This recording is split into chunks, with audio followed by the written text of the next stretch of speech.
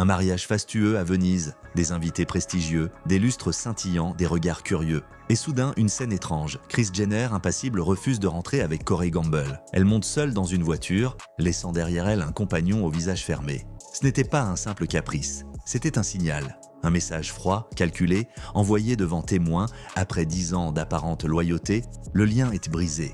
Car cette relation n'a jamais été une romance classique. C'était une pièce de théâtre, une construction millimétrée, une mise en scène qui cachait plus de doutes que de certitudes. Et comme toujours dans l'univers Kardashian, ce qui se déroule en coulisses est bien plus sombre que ce qui brille sous les projecteurs.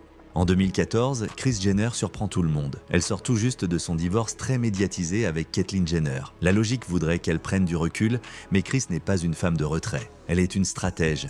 Et soudain, elle apparaît avec un nouveau compagnon, Corey Gamble. Les médias s'emballent. TMZ publie un article intitulé « Kris Jenner's New Man. Who is Corey Gamble ?» Le ton est clair, personne ne le connaît. Contrairement aux anciens partenaires de Kris, Corey n'est pas une célébrité, pas un magnate, pas une figure publique. Il travaille dans l'ombre de l'industrie musicale comme manager pour Scooter Braun, l'homme derrière Justin Bieber. Pour le grand public, c'est un visage sans passé. Le Daily Mail souligne ce contraste. Kris Jenner est habituée aux hommes qui brillent. Corey Gamble, lui, est presque invisible. La rencontre, lors d'une soirée organisée par Riccardo Tisci, créateur star de Givenchy.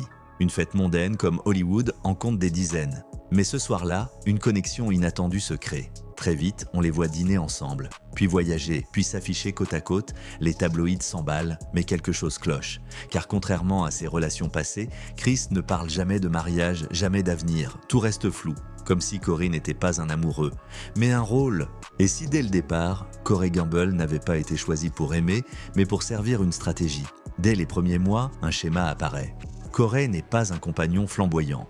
Il n'est pas passionné, il n'est pas moteur, il est là, discret, docile, toujours un pas derrière Kris. Dans Us Weekly, un journaliste décrit « Il est plus proche d'un garde du corps improvisé que d'un partenaire amoureux. Dans les clichés, on le voit porter ses sacs, ouvrir ses portes, rester en retrait.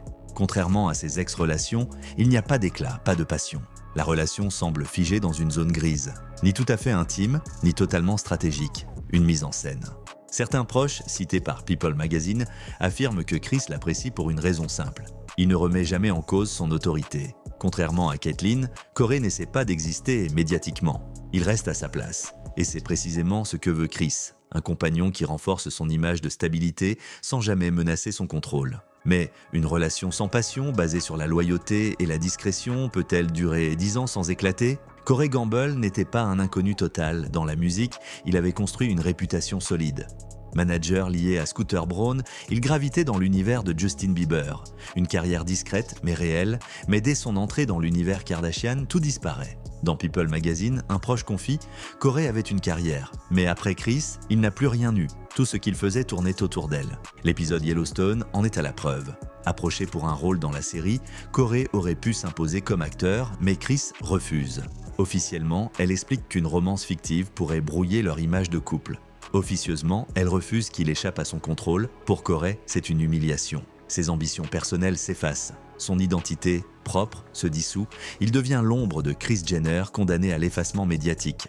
Jusqu'où peut-on sacrifier son ambition par amour ou par dépendance ? C'est ici que l'histoire bascule dans le malaise, car autour de Corey Gamble, les rumeurs s'accumulent. En 2019, Kanye West publie un tweet glaçant « Nobody knows where Corey Gamble comes from. Is he an agent ?» Personne ne sait d'où vient Corey Gamble, est-il un agent ? La phrase choque, mais elle alimente une réalité troublante. Peu de choses filtrent sur son passé.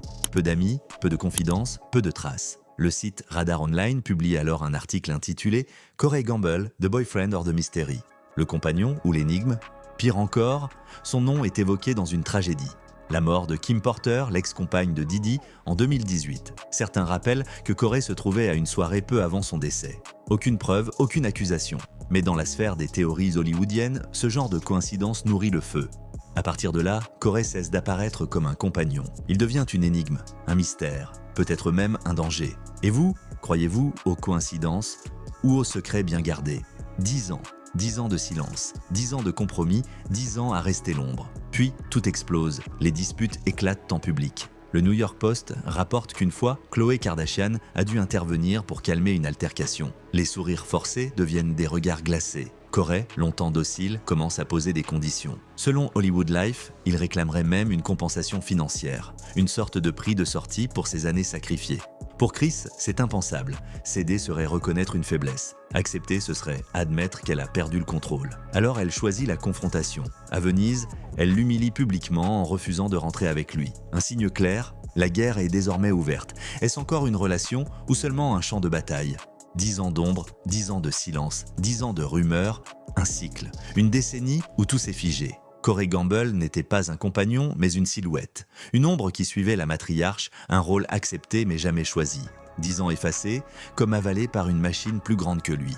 Et aujourd'hui, cette mécanique implacable se dérègle. Ce qui se joue n'a plus rien à voir avec l'amour. C'est une lutte froide. Corey cherche à sauver son identité, à ne plus être l'homme de l'ombre de Kris Jenner. Il veut retrouver un nom, une voix, une dignité.